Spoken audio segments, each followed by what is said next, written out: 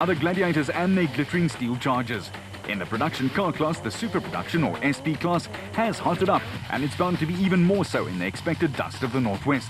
Whatever the case may be, Grobler and his navigator Francois Jordan have been utterly dominant so far, and the Navara has been as reliable.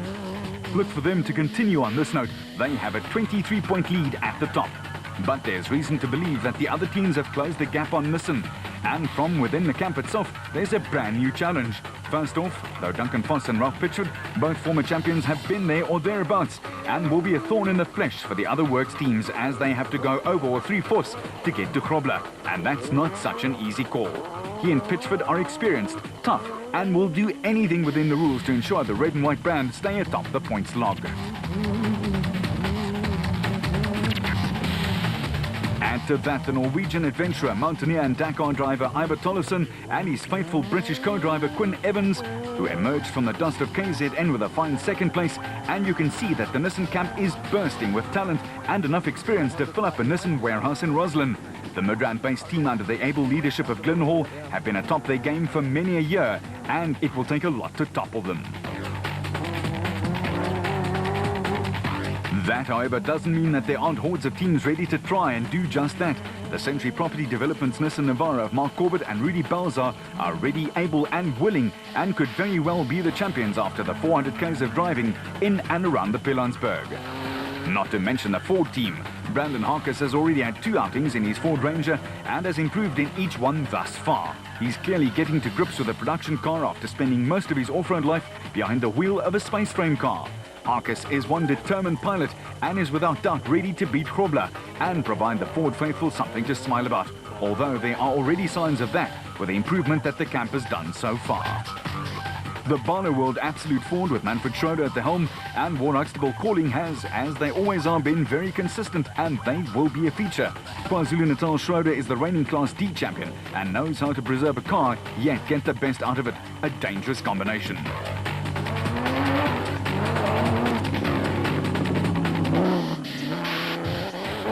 Reigning SP champions Neil Woolridge and Kenny Scholthammer have not scored any points thus far in the opening salvos. Therefore, they know that the Tour of Sun City and the surrounds is crucial if they're to keep their championship hopes alive. The former national champions will be hoping that the Ranger stands up to the pounding this time out.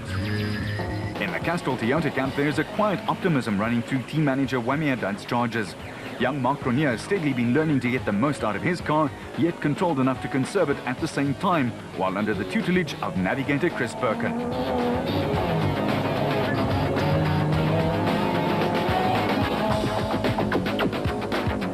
As for Bevan Bertolt, well, the man with the newfound fitness is convinced that he has the beating of Grobler, particularly after leading him for more than 120 k's in Grogluwe before breaking his car as they came into the designated service point.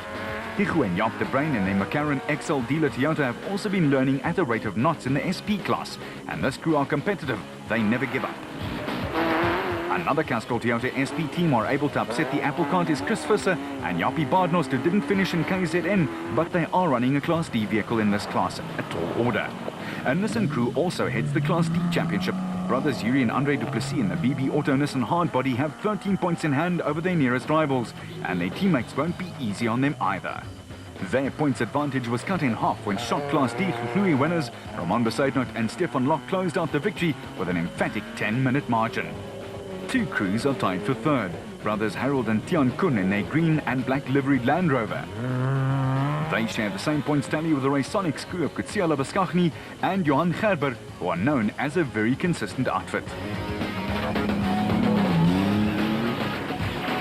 In Class E, 2 solid results have taken the Castrol Toyota Hilux pairing of Brian Martin and Oki Fourie to the top of the class. But Ford's works entry in this category, the Ranger with Jack Peckham and Lucio Santoro aboard, are just a single point off, and they will be applying the pressure. The Barkhuizen's husband George and wife Sharon powered their Toyota to a class win and 5th in the production car class with a great drive in E, but they did not finish in the Cape, so the Rurcon team will be hoping for more consistency. Kobus van Tonda and his co-Rian Guapa impressed by taking second in Grogluwe, so they may very well be able to use that as a springboard for greater things in their dignified-looking but fast Unifreight Pajero. But whatever the case may be, they're all chasing the 10-time national champion Hannes Grobler, who leads no less than 5 Nissans in the top 10 on the points log. In the special vehicle category, the door is wide open. The father and son combination of Nick and Ryan Harper are to blame, as they handsomely won the Nissan Hlui 400 title in their new Atlas Copco bat, thus earning the honour of going top of the class. They're still coming to grips with a new and improved special vehicle, and Sun City will be a baptism of fire for them. Second place Shamir Varayawa and his nav Siegfried Rousseau finished the fastest of all the cars bar none at the Elephant Coast event, and the Total Porter team seems to have sorted out early season teething problems and are ready to battle for national championship honours.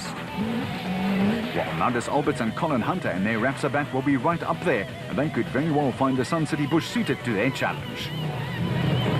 However, a news release from the Motorrad camp suggests that the rest of the teams are in for a hard time.